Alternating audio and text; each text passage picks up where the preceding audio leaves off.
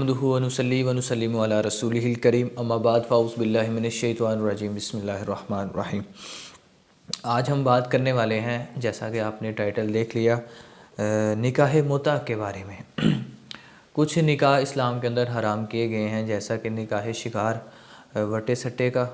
نکاح کرنا، اور اسی طرح نکاح متع۔ آج ہم اس کے بارے میں انشاءاللہ آپ کو تفصیل سے بتائیں گے کہ یہ نکاح متع اصل میں کیا چیز ہے، اور اس کے بارے میں بھی اختلاف ہے کہ منگنی پر جو اگر منگنی کی جائے تو اس سے ہونے والا نکاح جو ہے اس کے اوپر بھی اس کو بھی ٹھیک نہیں ہے، صحیح نہیں۔ آج ہم بات کرنے والے نکاح متع کے بارے میں۔ نکاح متع غزوہ خیبر جب ہوئی ہے، یہ تقریباً صلح حدیبیہ کے بعد، تب تک جو ہے مسلمانوں میں بھی اور پہلے بھی نکاح متع حلال تھا۔ نکاح متع اصل میں کہا جاتا ہے کسی ایسی عورت کے ساتھ مکمل ایسا ہی جیسا ہم نکاح کرتے ہیں ویسا ہی سیم نکاح کیا جائے، لیکن نکاح سے پہلے شرط یہ رکھی جائے کہ میں اتنی مدت کے لیے تم سے نکاح کر رہا ہوں، ایک دن کے لیے تم سے نکاح، اور نکاح میں حق مہر بھی دیا جاتا ہے، یعنی مکمل وہی نکاح ویسا ہی جیسا کہ حلال نکاح جو ہے ویسے ہی نکاح کیا جاتا ہے، لیکن اس سے پہلے مدت عورت کے ساتھ طے کر لینا کہ جو نکاح ہے وہ 1 مہینے کی مدت تک، 3 دن کے لیے، 2 دن کے لیے میں آپ کو اپنے نکاح میں رکھوں گا، اور اپنی جسمانی خواہش کے لیے اتنی دیر جو ہے وہ آپ میرے نکاح میں رہیں گی، اور جب یہ میرا ایک دورانیہ جو ہے مکمل ہو جائے گا اور اس کے بعد میں آپ کو چھوڑ دوں گا، اور آپ اپنے راستے میں اپنے راستے۔ نکاح کا اصل مقصد یہ چیز فوت کر رہی ہے، کیونکہ نکاح کا اصل مقصد جو ہے وہ بسانا ہے، اجاڑنا نہیں، گھر کو بسانا ہے، اجاڑنا نہیں۔ اب یہ کیوں تھا؟ یہ اصل میں خاص طور پہ اس وقت ان چیزوں کی نوبت آتی تھی جب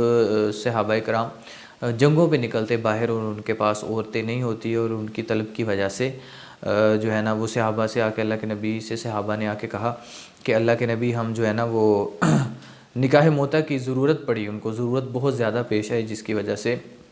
یہ چیزیں۔ بہرحال ہم اب بات کر لیتے ہیں اس کی حرمت کے بارے میں۔ اس کو اللہ کے نبی نے غزوہ خیبر کے موقع پر آپ صلی اللہ علیہ وسلم نے اس کو حرام کر دیا، اور اس کے بعد غزوہ اوتاس ہوا ہے، اور یہ بخاری کی نکاح کتاب النکاح میں بخاری کی 5116 نمبر حدیث ہے۔ اس حدیث میں جو ہے نا اس کی وضاحت موجود ہے کہ غزوہ اوتاس پر دوبارہ اللہ کے نبی نے صحابہ کے اصرار پر اور ان کی بہت ایک پریشانی کے تحت دیکھتے ہوئے کہ انہوں نے آ کے کہا کہ اللہ کے نبی ہمارے پاس لونڈی نہیں ہے کوئی بھی، اور ہم اپنے بیویوں بچوں سے دور ہیں، اور ہم جو ہیں وہ عورتوں کی ہمیں بہت اشد جو ہے وہ اس وقت جو ہے ضرورت ان کو جب پیش آئی، تو ان کے لیے جو ہے نا ظاہر اسلام نے زنا کا راستہ تو بند کر دیا بالکل، اور پھر اللہ کے نبی نے ان کو اجازت دے دی، اور یہ اجازت 3 دن کی تھی، یعنی اللہ کے نبی نے پہلے ہی بتا دیا کہ 3 دن کے تک میں تم کو اجازت دیتا ہوں متع کی، اور اس کے بعد اللہ کے نبی نے اس کو قیامت تک حرام کر دیا۔ کتنی بھی کوئی ضرورت پیش آ جائے کسی کو، اس کو قیامت تک جو نکاح متع ہے اس کو حرام کر دیا گیا ہے، مکمل طور پر اس کو حرام کر دیا گیا ہے، یہ کسی صورت میں بھی جائز نہیں ہو سکتا۔ لیکن اس وقت یہ بخاری کی حدیث 5116 نمبر ہے کہ غزوہ اوتاس پر، اور اب ہم کچھ صحابہ جن میں سے عبداللہ ابن عباس ہیں، ان کو اس چیز کا علم نہیں تھا کہ دوبارہ اس کو جب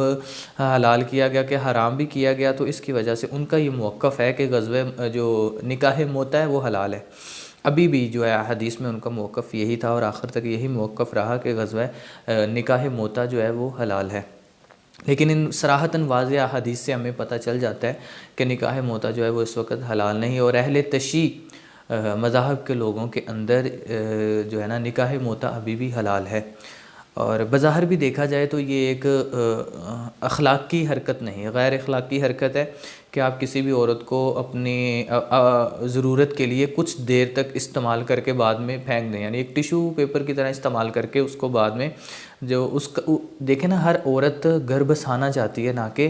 اجاڑنا چاہتی، تو انسان اپنی جو ہے نا خواہش کے لیے اپنی چیز، اپنی